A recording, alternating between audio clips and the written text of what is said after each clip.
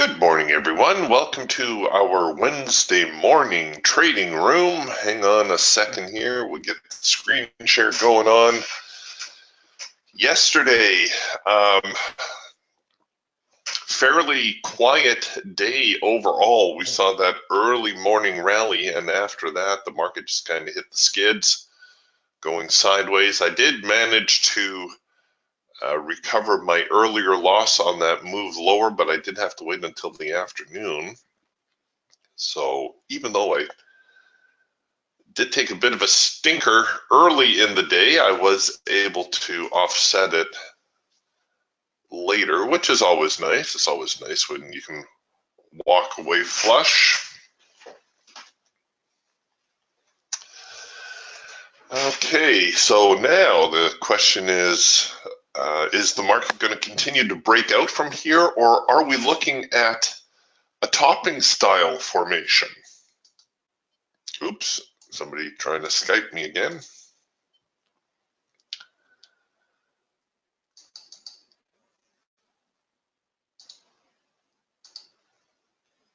And it's a little bit too early to say.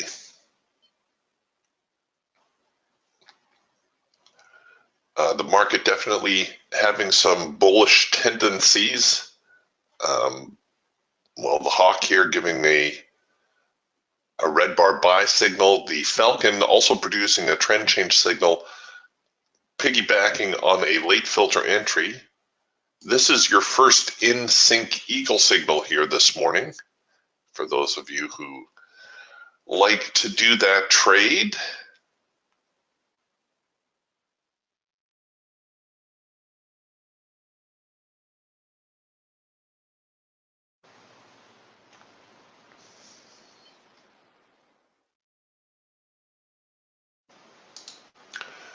And the Raptor also producing a number 3 signal, a hard edge bounce.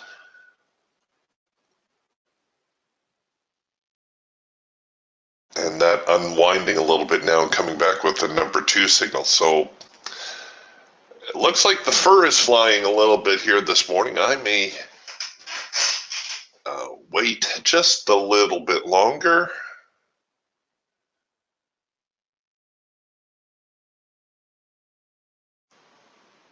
These early morning signals always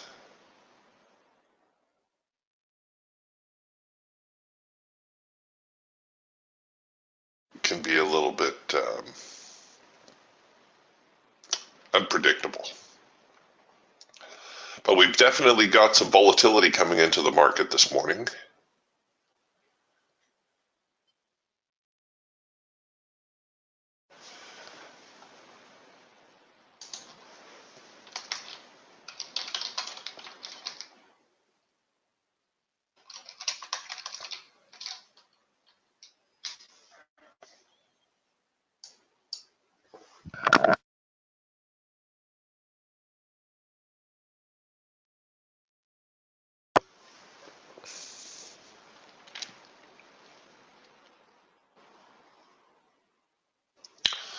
Okay, the hawk still fairly neutral. The falcon turning over actually, as is the raptor here with a number 2 signal.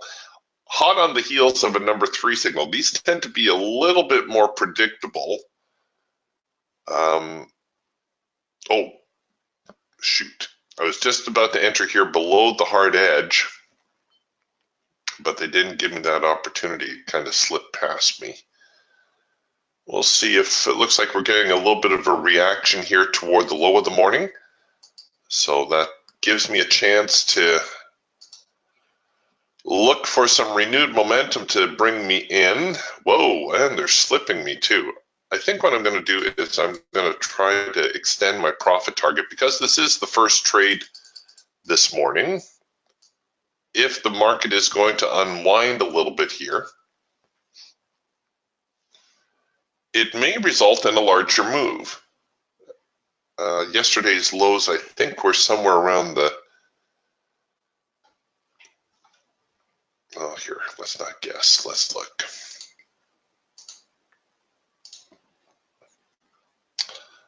So yesterday's range low, somewhere around 69.50, the low of the morning, lower than that.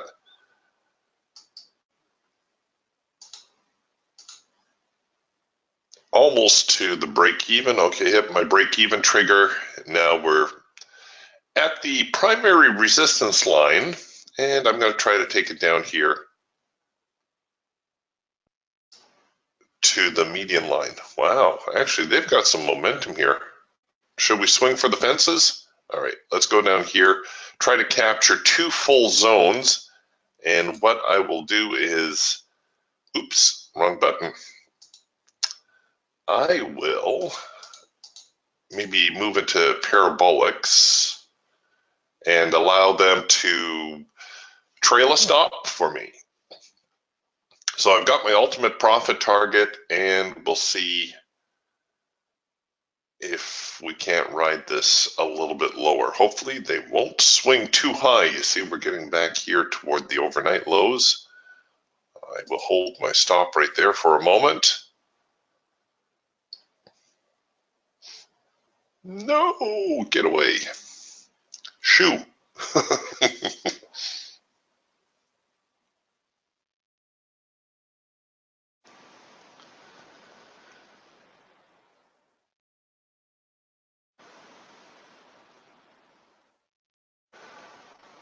Oh, if we get this swing, if we get here below 69.72 half, we could have a little bit of room to run. And certainly I would think that the median line would be a very reasonable target. The primary support is the home run target, as that would be 2 full zones, support and resistance zones. But it looks like the first obstacle, 69.72 half.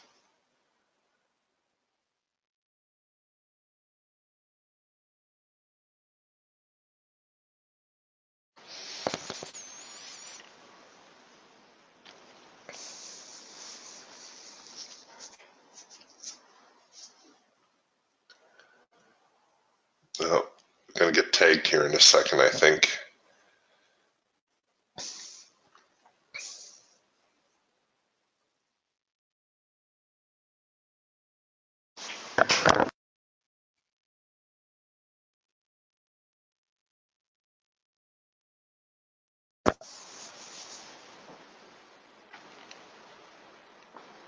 Come on.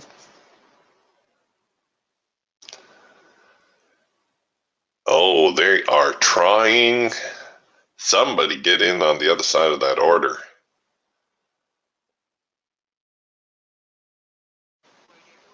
Nope, not quite. Okay, well, that's all right. Not a bad start to the morning.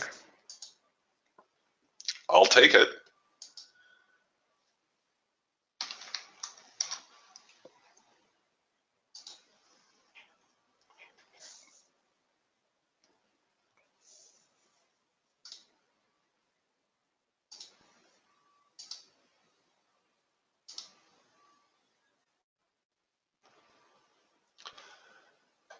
I didn't, with my later entry, because the market kind of slipped past me here in a hurry, I didn't want to get by just with a break even, although it looks like a break even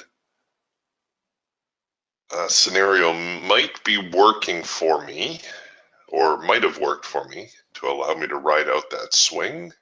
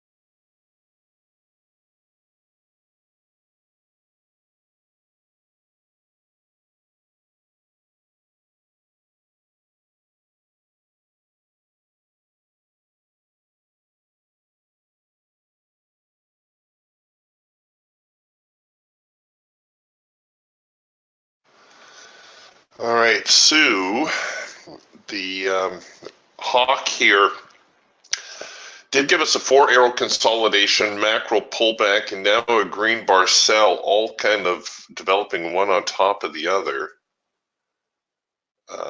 The Raptor also changing here, going to produce a number 1 signal to short.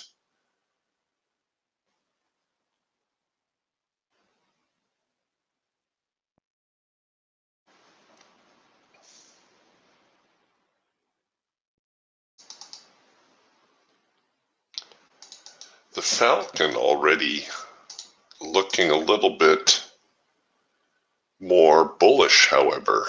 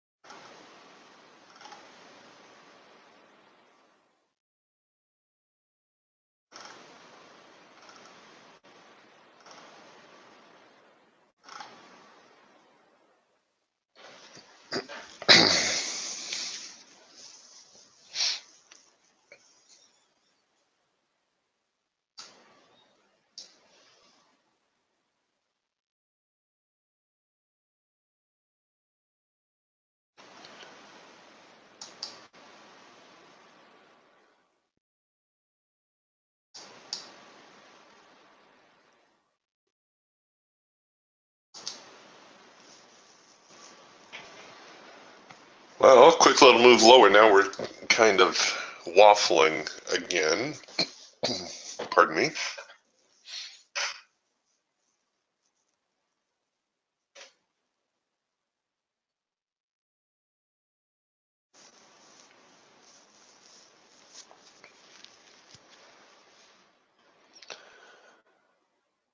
It's okay, I can wait.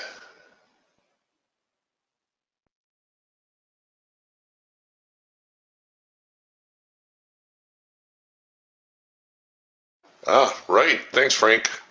Frank says we got ourselves a first micro-macro cross on the hawk.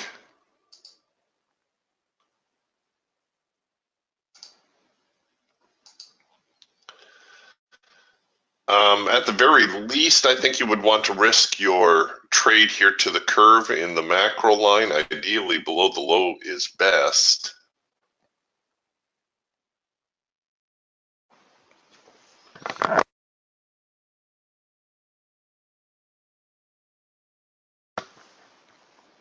The market should drift up there and find your profit objective.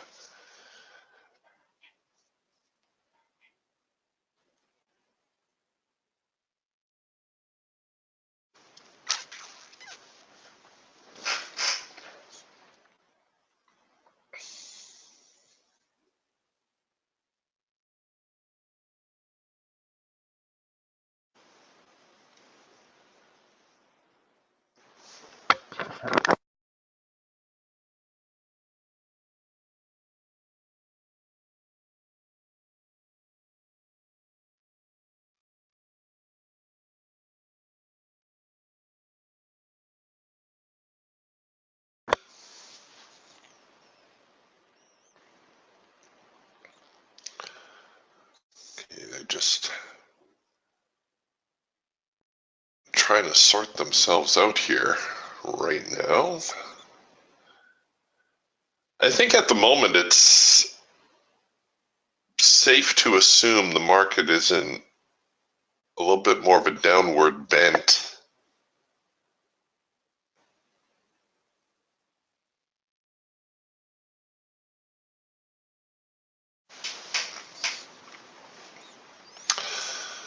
Okay, the Eagle and the Raptor both producing signals here.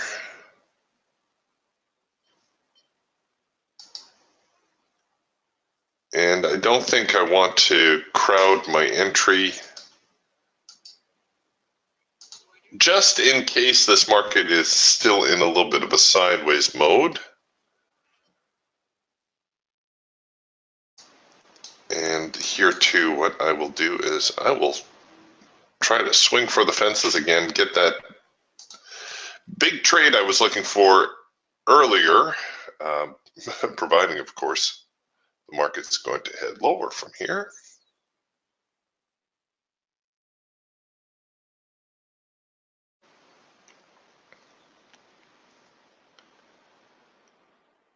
I do have a relatively tight stop.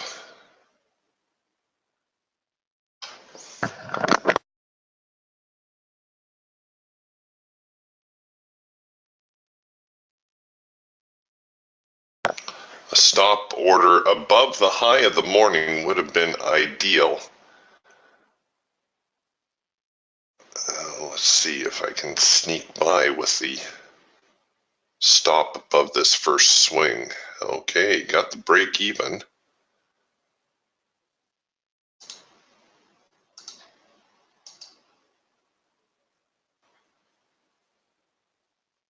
And actually, I'm going to hold my stops at break even.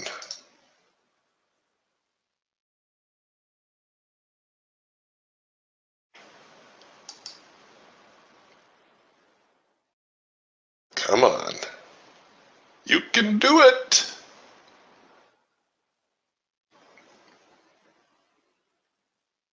Hey, you're going the wrong way. Come on.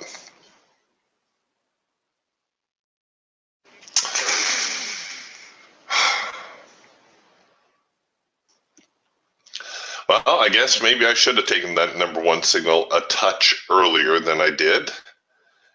And, you know, I would have done better taking my profit on target again. Here now a first micro macro cross signal that I'm going to be late on. And you know what? I'm just going to punch in. No, I'm not. Don't punch in an order, Eric. Bad idea.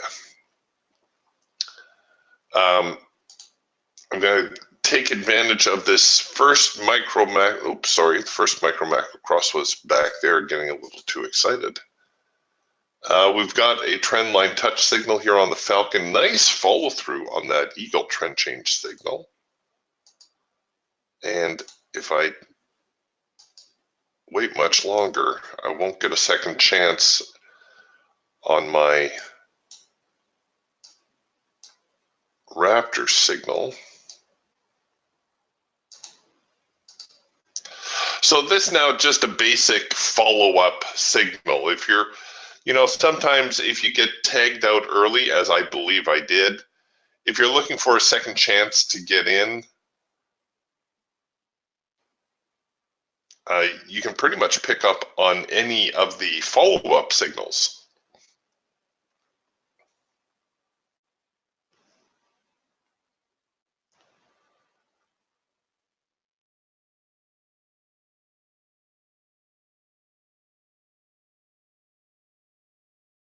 Yeah, Frank says we're making lower highs, and we are doing that. Little bit of a stumbling block here, though. This is kind of near the middle of yesterday's trading range. I don't know if that's why the median line printed there. Obviously, there was a lot of activity in that price area.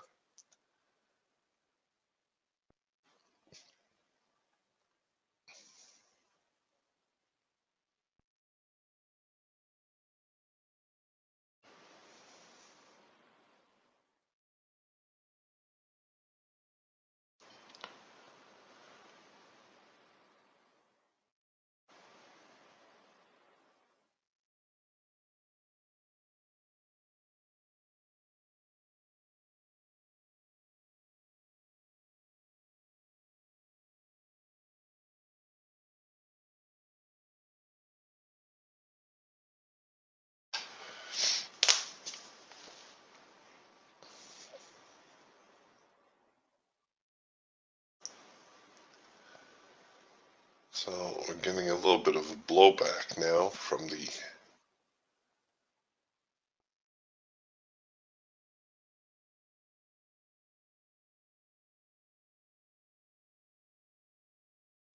the buyers.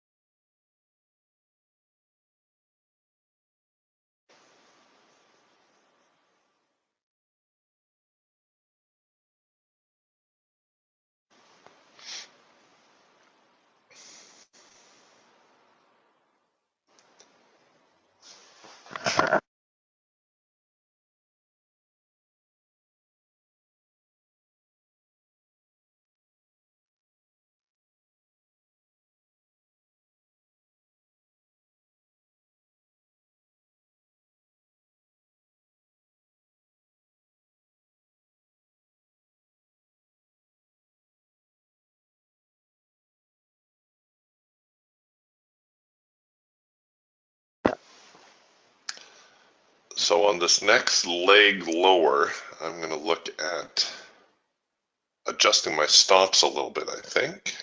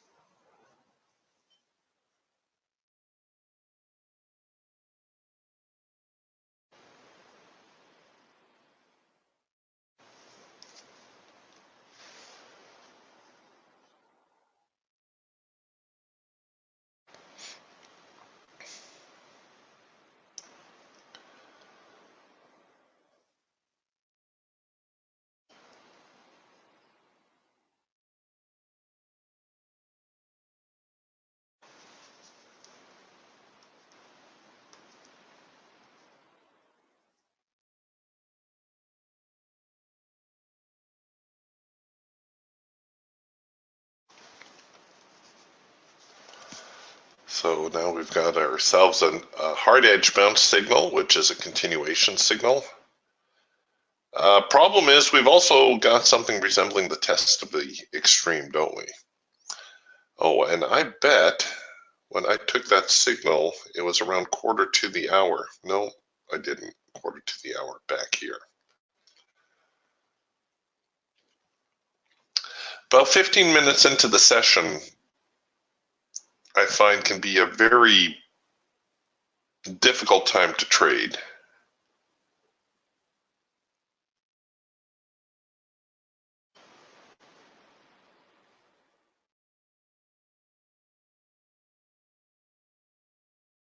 And a lot of times I'll ignore that signal that prints around that time, but today it wasn't so bad.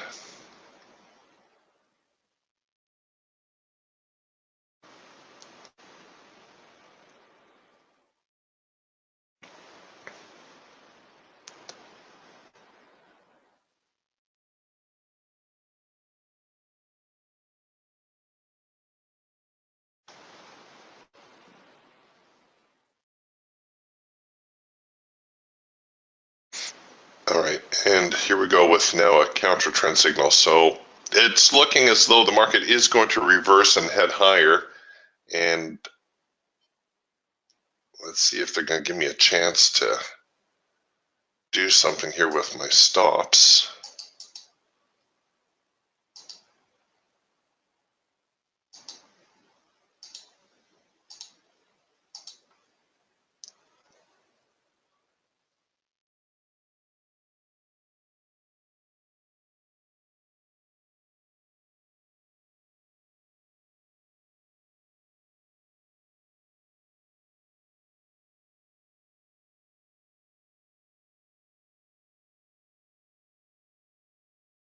I fully expect to get tagged here, by the way. There you go, not to be disappointed.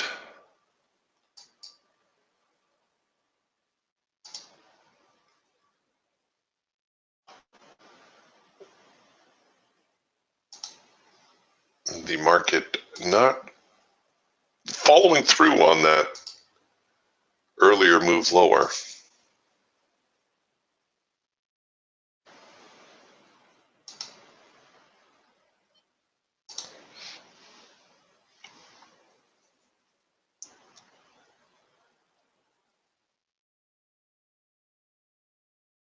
So I don't know, it almost looks like we're back inside this trading range from yesterday. A brief exodus here in the overnight and early morning, but now we're kind of right back in the middle of it all.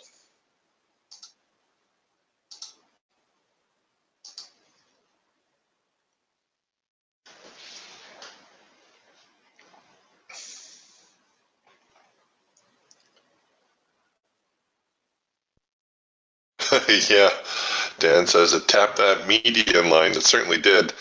And I guess I'll stop swinging for the fences. Those home run trades always look like so much fun, but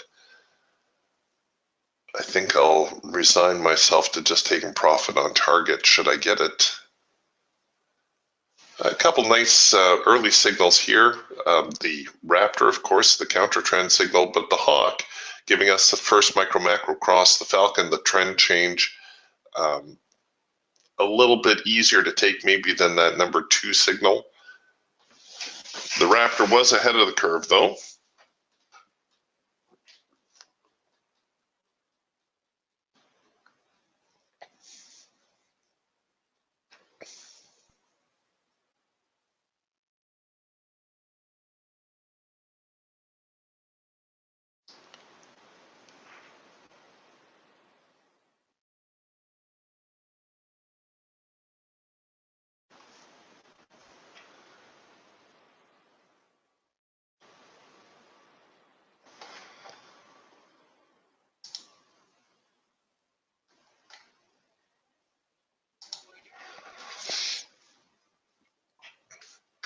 So we'll be looking for a cloud crossover signal now to form on the Raptor. That's the number 1 signal.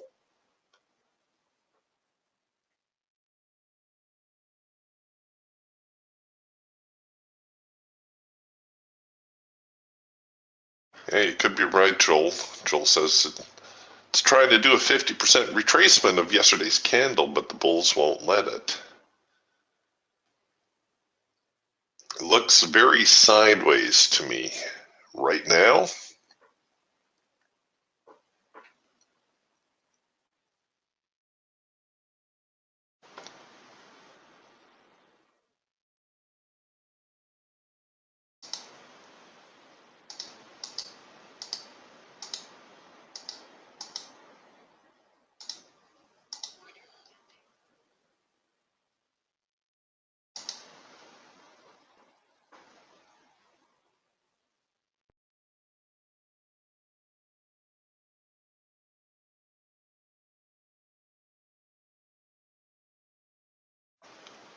Oop, there's that crossover buy signal, and I do have a chance at a second push entry. Can I risk it down to there? I can. Got that one in just in time. As they hopped past my entry.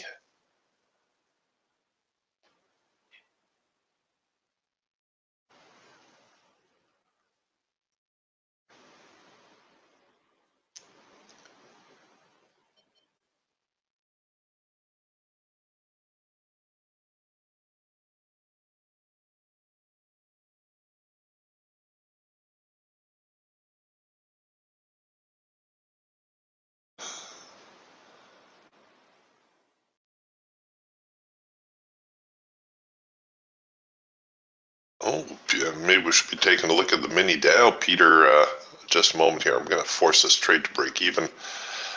Peter says, good morning, Eric. Well, good morning, Peter. The YM seems to be knocking it out of the park. They do tend to take turns. I've got the Russell up on my other monitor, and it's a little bit sluggish but bullish. The YM, the cousin to the NASDAQ, the industrial cousin to the NASDAQ, Usually a little bit more subdued, but not always. Come on, get up there, you stinkers.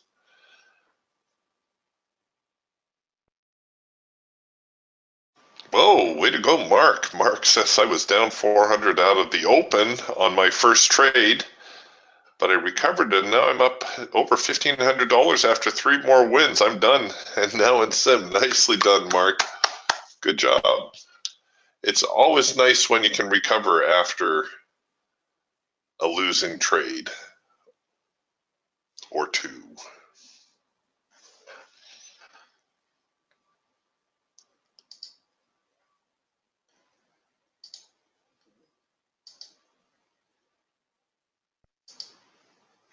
Come on. Oh, they gapped me here on my fill, on my order. Oh, scoundrels. Hopped right past my my sell limit, and there was nobody there to take it. Nuts. Poor me.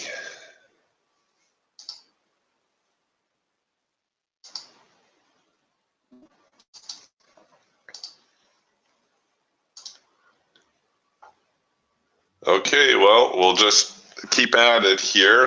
So we've got a two-sided market right now. Oh, Joe crushing it this morning. Joe says I'm up 5K. I should pack up my toys and go, right?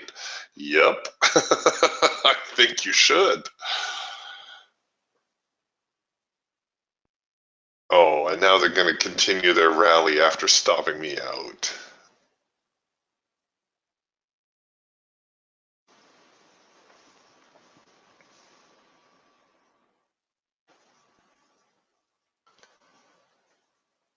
Need one more little push higher.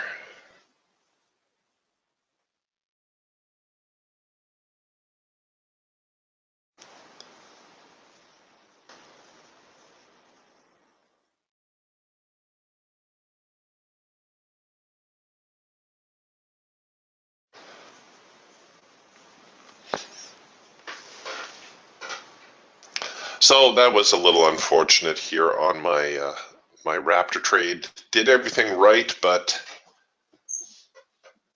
couldn't get the fill on my profit order. Hopped right past me. Stinkers.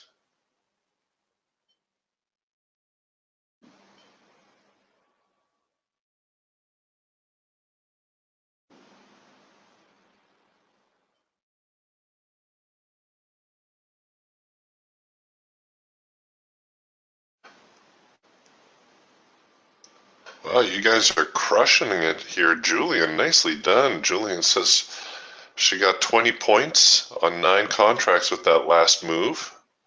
That's the way it's done, folks. You know, you trade with size. You don't have to jump on every single signal, but if you can get in there with, you know, a few more contracts, that really starts to multiply your earnings. And not to be frustrated if you're trading with a smaller account, everybody's got to start somewhere. I've shared this analogy before, but the math doesn't lie. If you can trade just twice a day for $50 profit, so you're making $100 on the day. Now we're going to ignore commissions and fees here for the moment. But if you can do that every day on a single contract, that's $20,000 a year. That's not too bad. So even if you're trading a small account, you know, a $10,000 account or less even, that 20,000 will go a long ways to building your account. Like Mark makes a point here of saying, as you know, I've been maintaining quite a bit of consistency over the last several months, and I've grown my account nicely. Now I have the ability to take some decent positions with more contracts, and it's continuing to pay off. And that is the secret. Shh. don't tell anyone. So many traders come to trading, and they've got the production line mentality. Show me how to do more so I can make more. Since we've got some new people in the room, I can share some of my old stories. I guess it's probably about 4 or 5 years ago now, someone came to me for coaching, and this particular fellow wanted me to teach him how to be a scalper.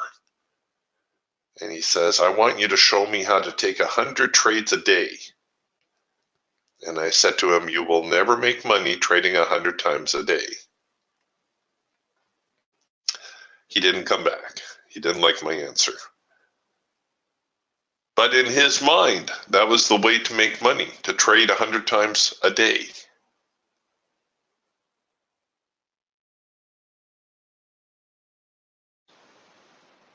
And yes, I know about the high frequency trading firms and the guys that get in and out and they'll take a tick here and there. But honestly, unless you've got some really, really cheap commissions and fees, you're not going to make any money trading for a tick or two. That's not feasible for us smaller traders.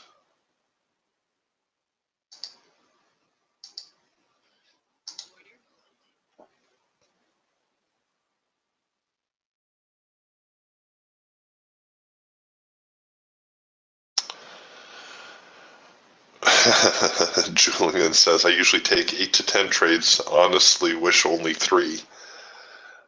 It's, well, you know what? So long as you're making money, that's fine. But for most traders, when they take more than, say, 4 trades a day, if they were profitable, they won't be by the time they finish.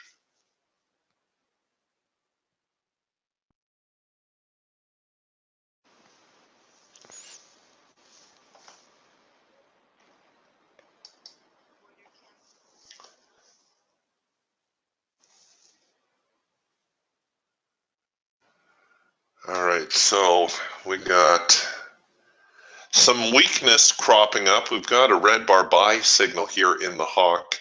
These tend to develop near the end of the trend. The Falcon, the Raptor, already looking a little counter trend-ish.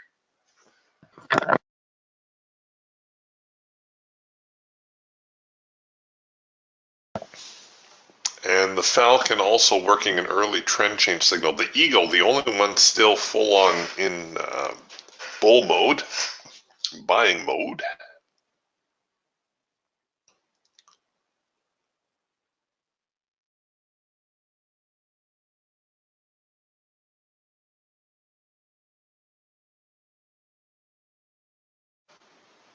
All right. So will that earlier move lower come back now? Well, we've got our test of the extreme. We've got our counter trend signal. We have a second push entry opportunity. I don't think I'm going to take 2 contracts on it, but here is a reasonable shorting opportunity if the market gets back down below these lows.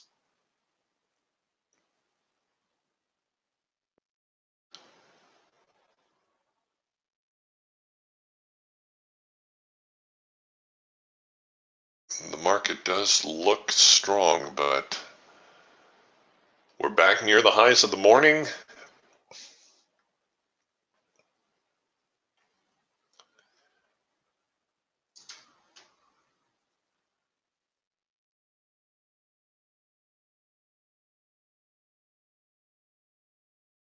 I know from my own experience, some of my most profitable days have been where I've traded 3 or 4 times. And sometimes I would run the profit out, some of those profitable days or more profitable days would come from catching a big running move, but more often than not, it was just taking my profit on target and trading with size.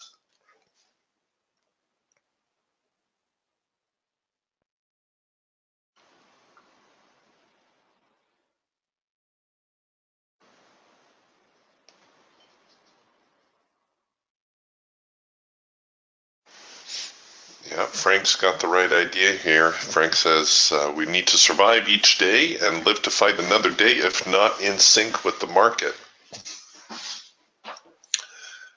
Julian, she's looking, she says, I'm waiting to short 7,000 now.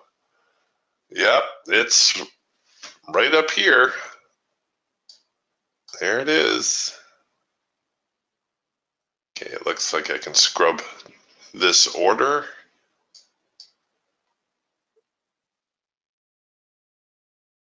And here we go. We're going to make a push at 7,000. Who'd thunk it? Well, we kind of looked at it at the beginning of the week. I thought it was going to maybe Friday, but we've had a pretty decent rally day. Here we go. It's almost like the New Year's countdown.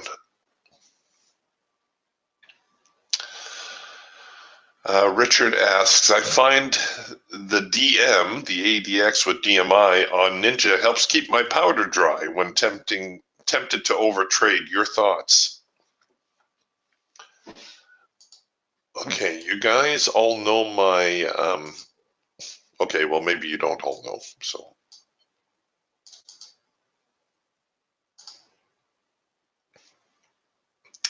So let's throw this on here, and I'll change this one line, make it a little easier to see.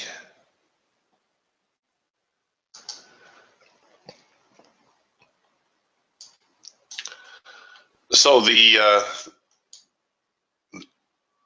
DMI, which is the directional moving index with the ADX. The ADX is an average of these two squiggly lines down here, is a pretty good trend following system developed by Wells Wilder. I think he's responsible for this one as well. The idea is that if the ADX is below this 25 level, the market doesn't have a trend, and once it gets above, the market is trending. This is a non-directional tool, so it will be rising even when prices are falling, but it will tell you that there is a trend developing. The line that's on top is the dominant one. So when the blue one is on top, the market's more bullish. When the red one's on top, the market's more bearish. That's your crash course in the directional moving index and the ADX. Richard says he uses this to stay out of the market until the market starts to have some momentum. Is that a good idea? Absolutely. If it helps you make a trading decision, then by all means, go with it. And that, folks, is really the bottom line. You know, you can throw all kinds of stuff on your charts. Goodness knows there's no shortage of indicators to choose from. But, you know, a lot of people like Bollinger Bands.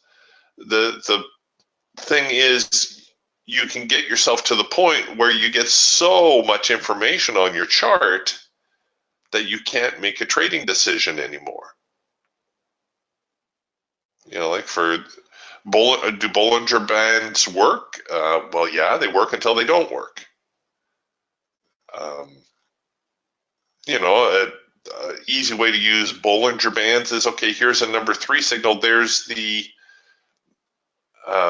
standard deviation. So this is where Bollinger says there's support. All right, well, maybe rather than entering there, we can enter below here, but you can see we would have accomplished the same thing by using our second push entry strategy. So long story short, does it help you make a trading decision?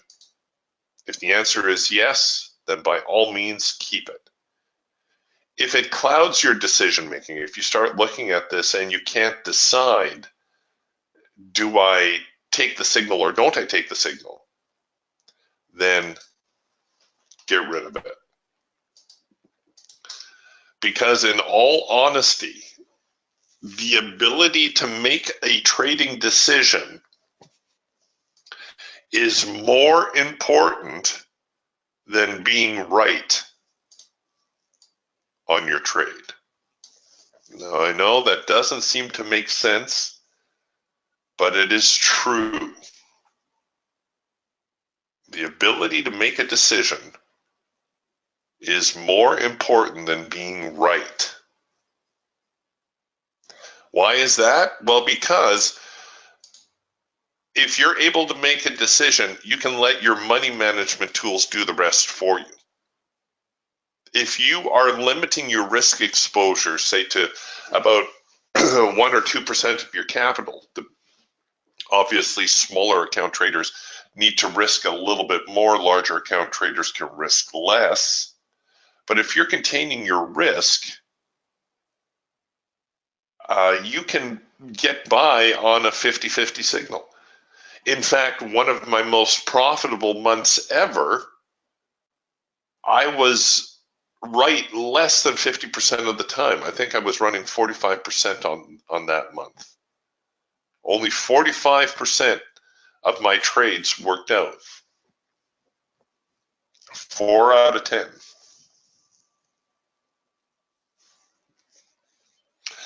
I'm getting a few more people mentioning their add-ons to me, and they're all fine. You know, whether you're using moving averages or Bollingers or a volume analysis, it doesn't matter. If it helps you make a trading decision, great, go with it. If it doesn't, get rid of it. Good trading friend of mine, Tom Loge, years ago, he was managing like a $30 million bond fund, big bond fund. Well, not big as far as the bonds go, but a good-sized bond fund anyways.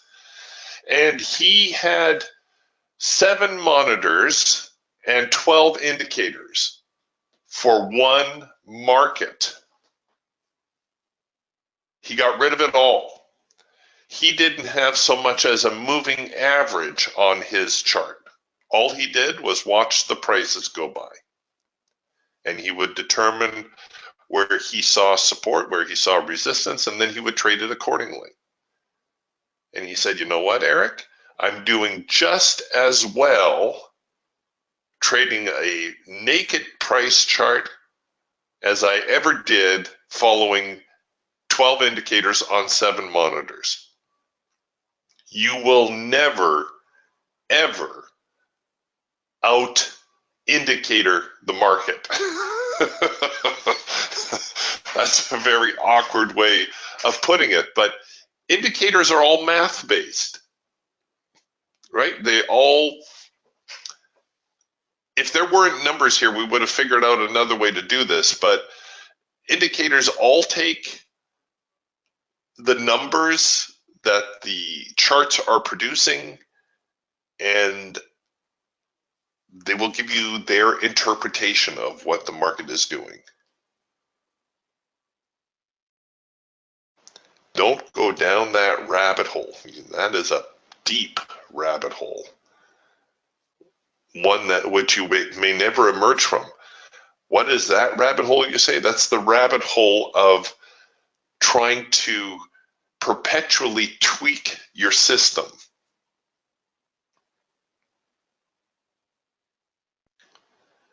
The objective of trading is not to perfect a trading system.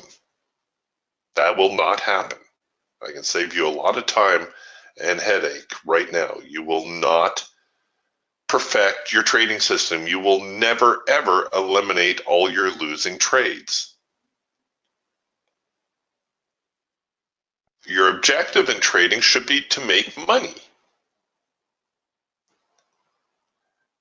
The best traders in the world have had losing trades. Why do you think you should be any different? Some of them have even been on the verge of bankruptcy because they took so many bad trades. Richard Dennis, one of the most famous traders ever, one of the founders of the Turtle Traders, and whose life was kind of the impetus for the moving trading places, took $400 and ran it up to like 4 million before almost losing it all.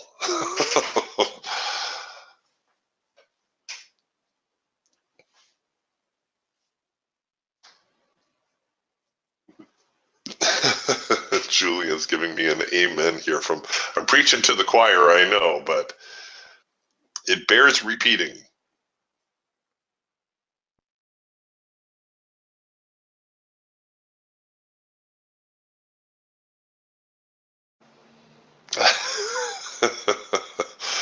Peter says, thanks, Eric. Now I have to reconsider my goal of finding an indicator that is 100% wrong.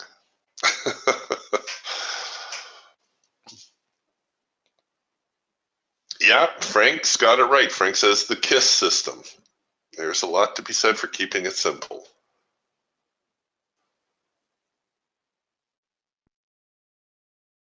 All right, so the market's bouncing around here a little bit.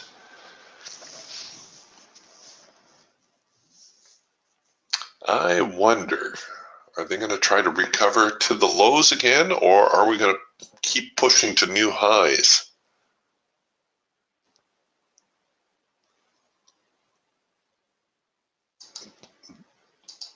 Did they hit 7,000? No, just came a few ticks short. A little bit of early selling. Now we're getting a drawn out number 2 signal. And the number 2 signals tend to work better after a number 3.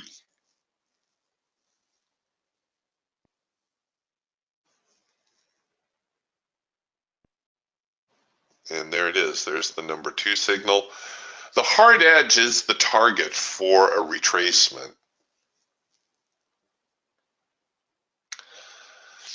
Yeah, Frank number 2 adds the comment, it's easier said than done when real money is at risk. I touched on this a little bit yesterday. It's important to gain confidence in your signals, first of all. And the only way you're going to do that is you need to convince yourself that the signal is viable. And the way you do that is you go through your chart and you find, I keep picking on the first micro macro cross signal here on the Hawk because it is such a reliable signal. But you go through and you find your first micro macro cross signals and you convince yourself that the signal is viable. Okay, so we have 1, 2, 3, 4 signals here this morning, one of which did not work out. Okay, the signal is viable, but it's not 100%. So that's step number 1. You need to convince yourself that the signal is going to work, that it's worth taking. The second step is that you have to be comfortable with the risk amount. So let's say I set up this trade like that. You have to be okay with this amount. If you are not okay with risking this amount down here, you're not going to be able to trade with a clear head. This is why I turn the P&L off, because I find it distracting. I want to make decisions based on what I see on the chart, not because the numbers are rolling by. For you, it might be different, but I'm just telling you what works for me. If you are not okay with this amount, well, then you need to risk less. You need to risk an amount that you are comfortable with. And they may come to the point where the trade manager says, nope, sorry, Eric, you can't take that trade because it falls outside your risk parameters. Okay, well then you just have to wait for another setup. But then don't beat yourself up, when you miss a trade. I briefly touched on Phil Ivey, who is a world-class poker player who, I remember in an interview he said, if I think of it as real money, I'm sunk. And I'm loosely paraphrasing. So here's a fellow who's who's playing for, you know, $100,000 or $200,000 in a hand, and this is real money. They're not playing for monopoly money, but he thinks of it as a game. He doesn't think of it as real money. He doesn't think, oh my goodness, I just threw $100,000 in the pot. I just raised the guy another $200,000. And it needs to be the same way with you. You cannot be agonizing over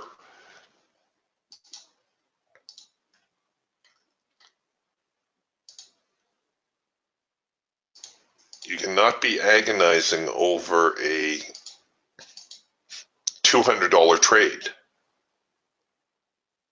If this amount is unacceptable, then like I said, you need to lower your risk amount, or you need to just wait for the ideal setup where you can possibly get by with a tighter stop. Remember, your initial stop loss doesn't have to be the ultimate stop loss. This is your safety net. There's usually at least one opportunity within a trade to adjust your stops a little bit. But the idea is we don't want to strangle our trade. We don't want to keep our stops so tight that the trade doesn't have any chance of working out. This is what most people do, because someone told them somewhere that they need to earn at least twice as much as their risk amount. Well, that's great advice. Too bad nobody ever told them how to do it properly.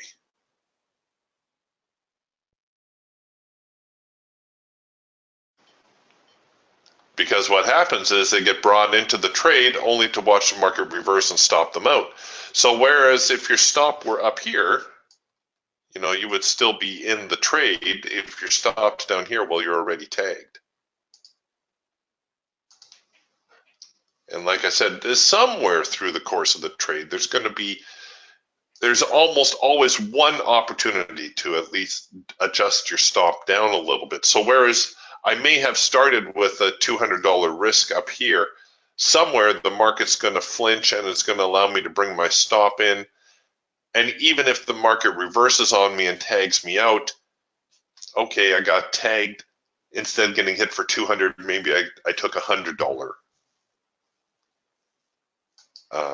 loss.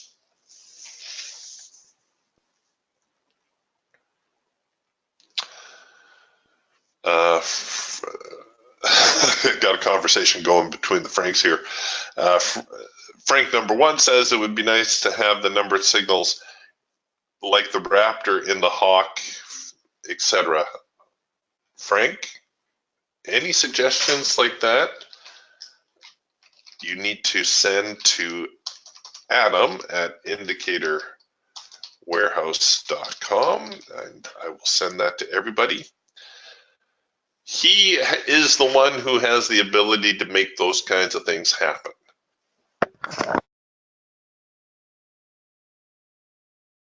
And Adam pays very close attention to your suggestions.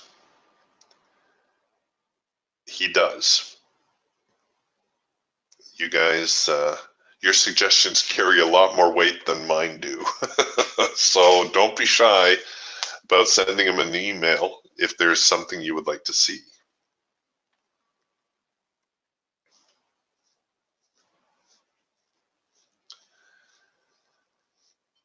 And the other Frank says, Eric, is there a cheat sheet for the types of setups you mentioned, higher, lower probability trades to take and or avoid with the Raptor system?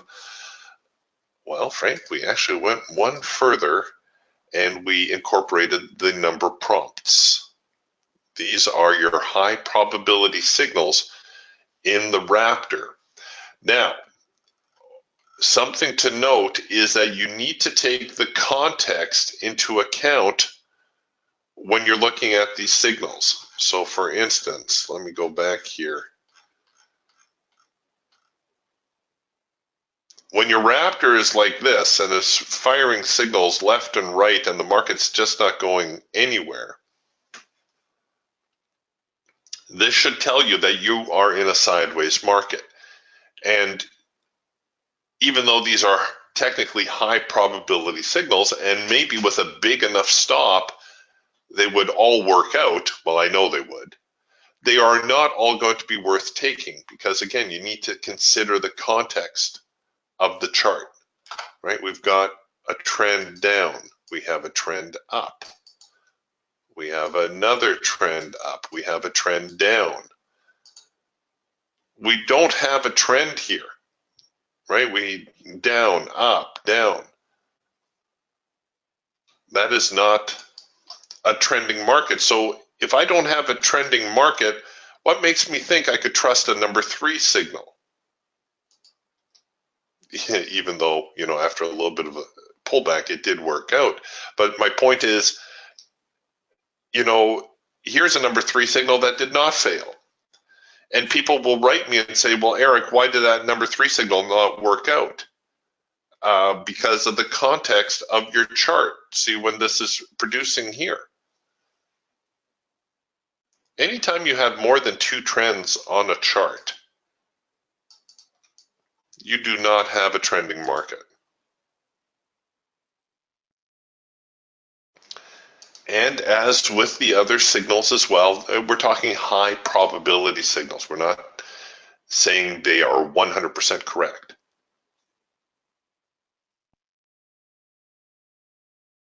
So you need to try to temper your signal with the context of the chart. Just like this, you know, earlier number 2 signal right here. The market makes a strong move higher. So what's the trend? Well, the trend seems to be up. Counter trend signal. Okay, is it a high probability signal? Yes, all the signal parameters have been met. The objective would be the hard edge. But what's the context? Well, the context is up.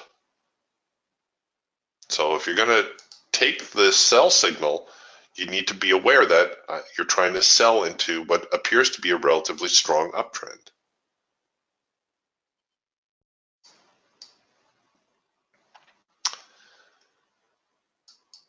And that will take a little bit of screen time, I have to say. You're gonna have to, like I say, do a little bit of homework, spend a little time with your charts to recognize the context. And the easiest way is just to practice. You know, just grab your scroll bar, go back into your chart, just stop somewhere and analyze the signals. So you roll the signal back. Okay, there's a number 3. Do I take it? Don't I take it? Okay, it looks like a strong uptrend. I'm going to try to take it. I'm going to enter here. Where's my stop loss going to go? All right, I'll put my stop loss right here and then just play it forward. See how it works. Did it work out? Yes, it did. Okay, great. Did the trade not work out? No? Okay, what could I have done better? Was there something I missed? First thing, check for trend or lack thereof. The second problem almost is always an overly tight stop loss. Those 2 things, if you identify those 2 things, you will go a long ways to keeping yourself out of trouble. Identify your trend and don't strangle your trade, and you'll probably do okay.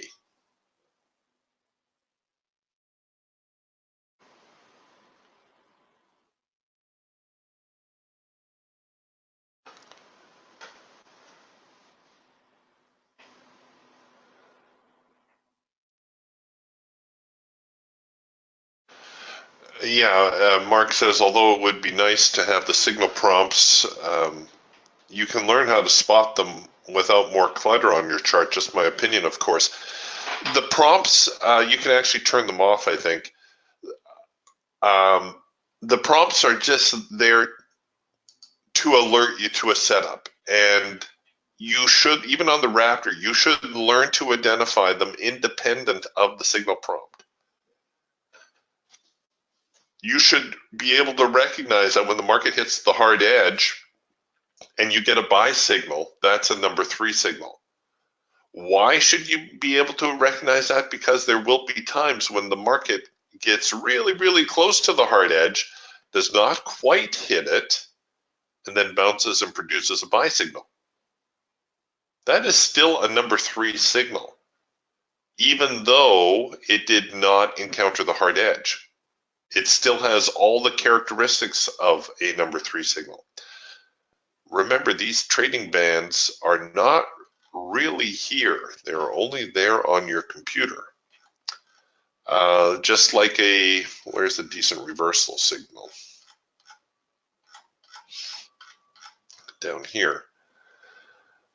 You should be able to recognize that a number 2 signal is going to print because you've already seen the test of the extreme. Right? You can already see the bottom forming, and you know the next buy signal will be a number 2 signal. Sometimes it may be a little bit more drawn out and it may exceed the programming parameters, but it's still important to know this stuff.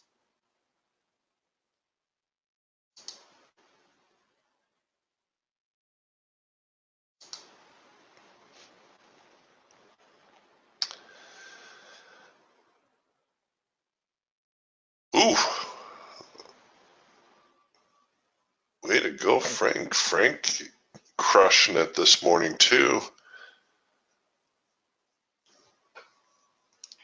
You guys.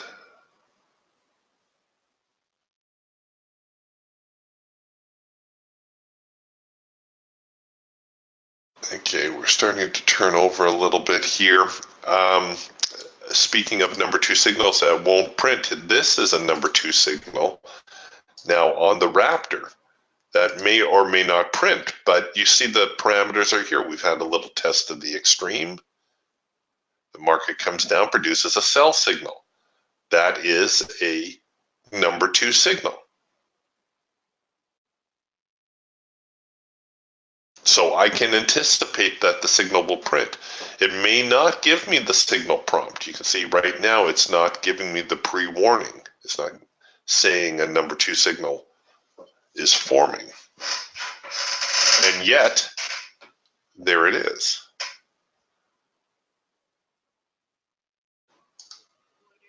I might give it an extra tick here on the entry. Oops.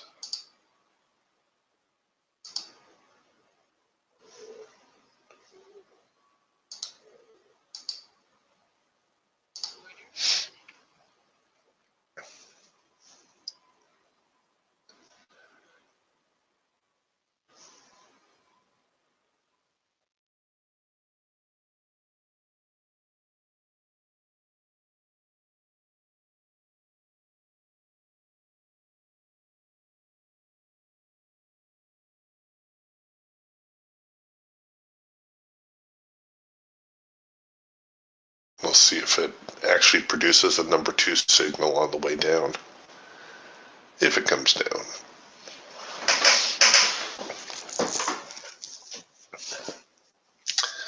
Seems to be a little bit more aggressive selling around this 7,000 area. Could be a little bit of a pushback.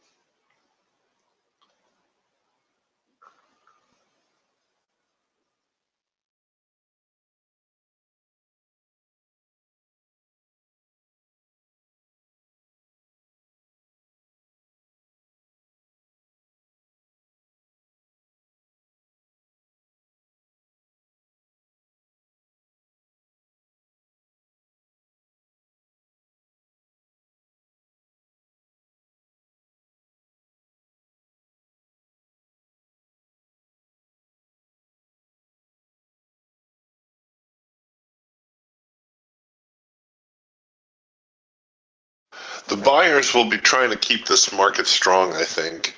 Now that we've reached 7,000, there's going to be a lot of bulls wanting to close this market.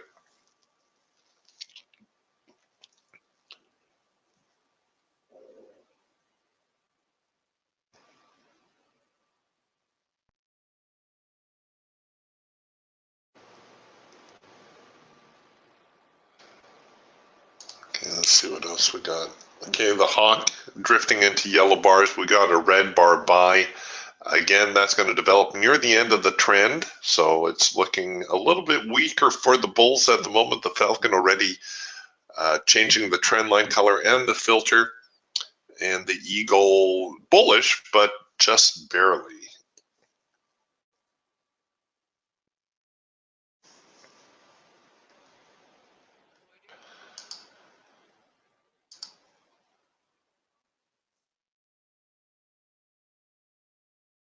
All right, so the number 2 signal not printing here because it's just a little bit outside the programming parameters.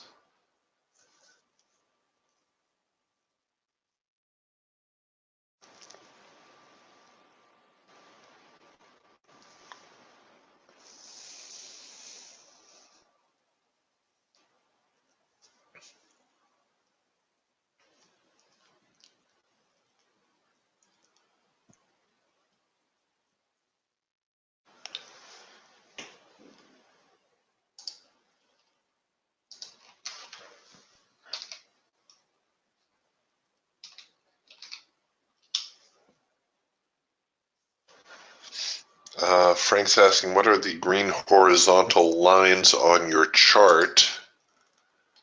That would be these lines here. Those are the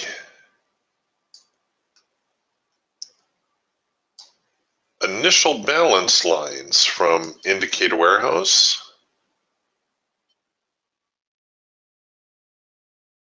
So, initial balance lines, so you can search that at the Indicator Warehouse website. Just hit the little search button, type in initial balance lines. And I've got it set up to highlight the opening range. So the first half hour of trading, this is the high and the low.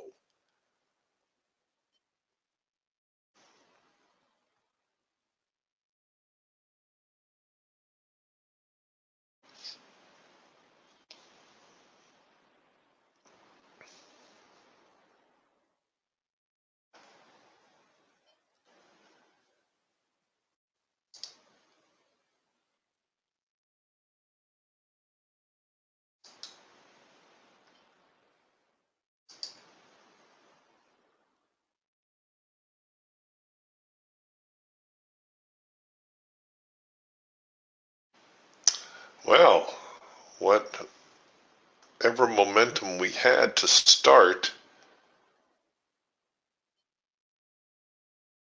getting a little bit quieter now.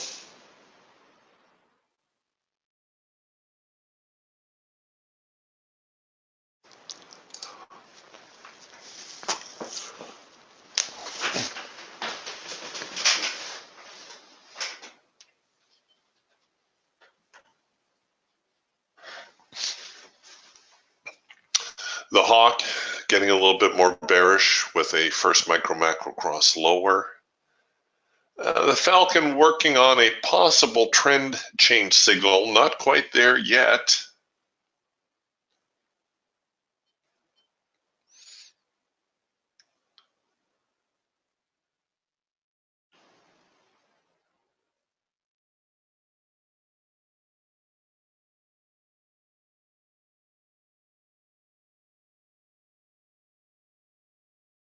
Another push back to 7,000 and another move lower.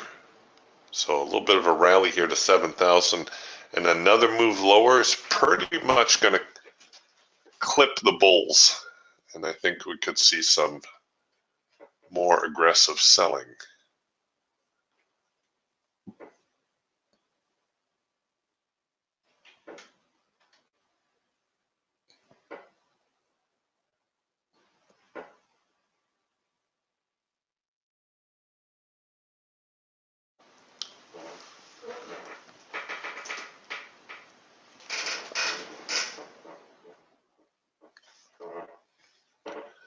Okay, I'm going to extend my profit objective only because I need to try to get a couple extra dollars back on this trade.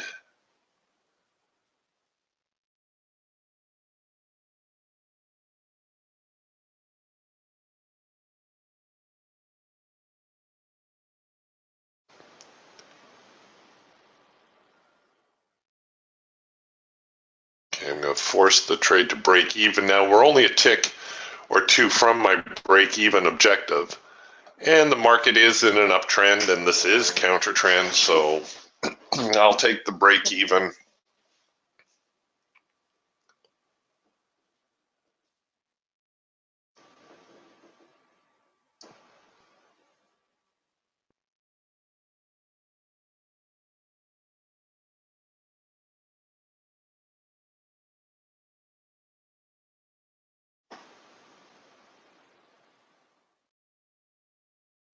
I think a move down here to the primary resistance is feasible. Back here to 69.77 quarter. That is doable. It may take a little while.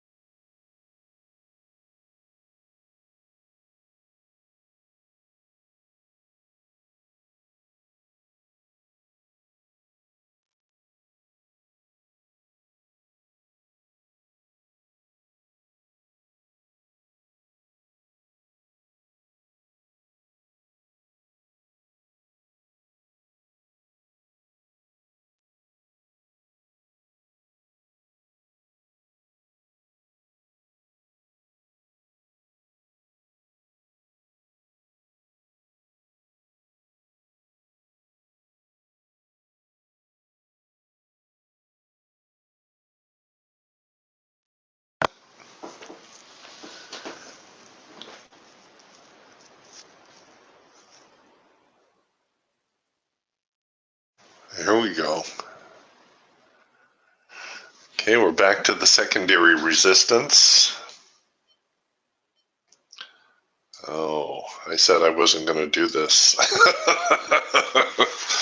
All right, let's see. Let's see if I can get it back down to the primary resistance line. I do have my high probability profit target,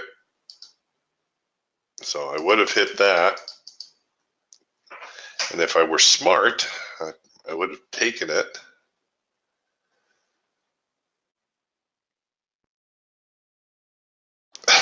Yeah, thanks, Mark. Mark says, Eric, stick to your rules. See, that's the problem with being a trading room moderator. You guys can see all my bad habits. Frank asks, how are you choosing your target? Well, I'm using the support and resistance suite. So I'm using these lines here. And this is my primary resistance line. I know if the market breaks this secondary resistance line, it should move two zones. So this is zone number one, and it has the potential to move down there all the way back here to the median line and the low of the morning. That would be zone two. I don't think that's going to happen today. The market seems to be laboring a little bit. So I'm doing the little trade-off scenario. I'm either going to let it hit my trailing stop or it's going to find my profit target.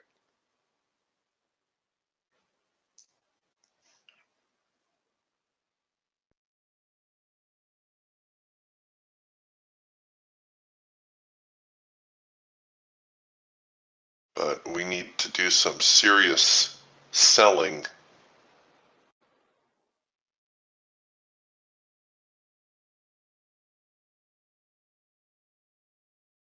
Frank says 69.81 is a better target. Okay, I can go with that.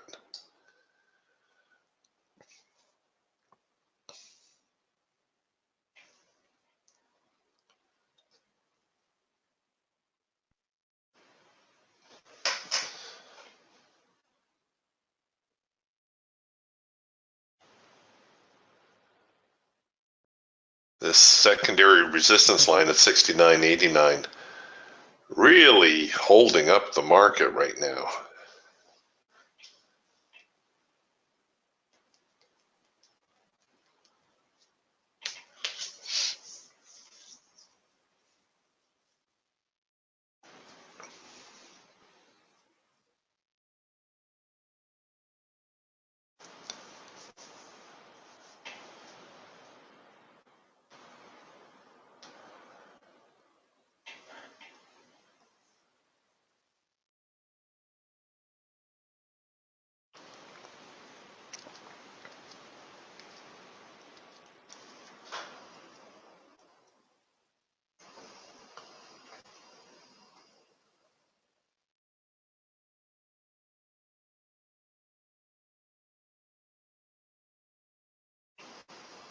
No.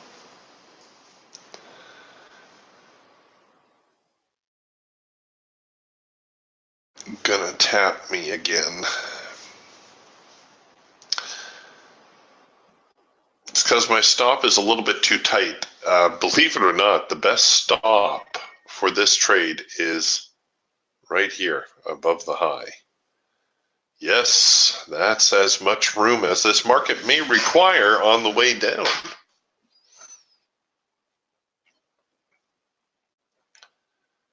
We'll see, maybe, just maybe I'll catch a lucky break.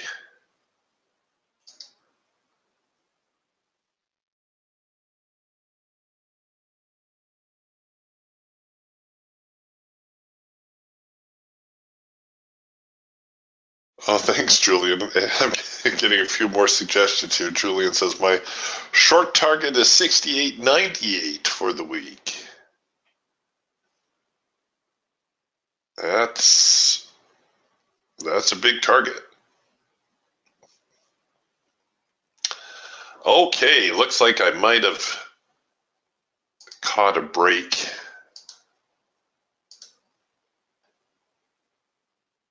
And rode out an itty bitty swing. Ooh, look at him go.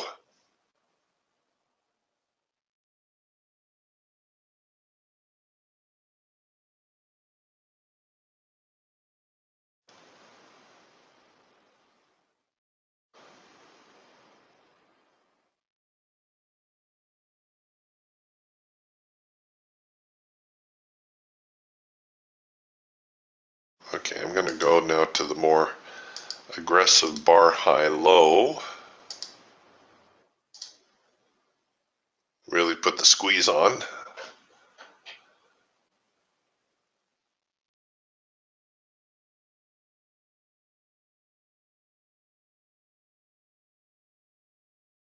Come on.